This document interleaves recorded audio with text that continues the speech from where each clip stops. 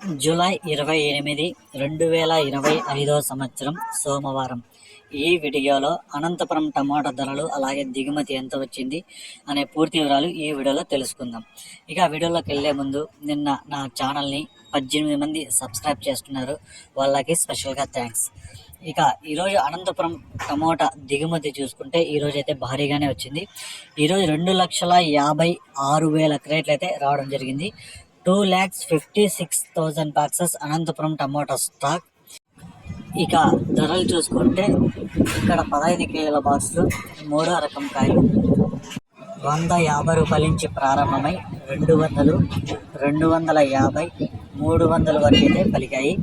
ఇక రెండో రకం కాయలు చూసుకుంటే 300 నుంచి ప్రారంభమై 350, 400, 450 రూపాయల వరకు అయితే పలికాయి.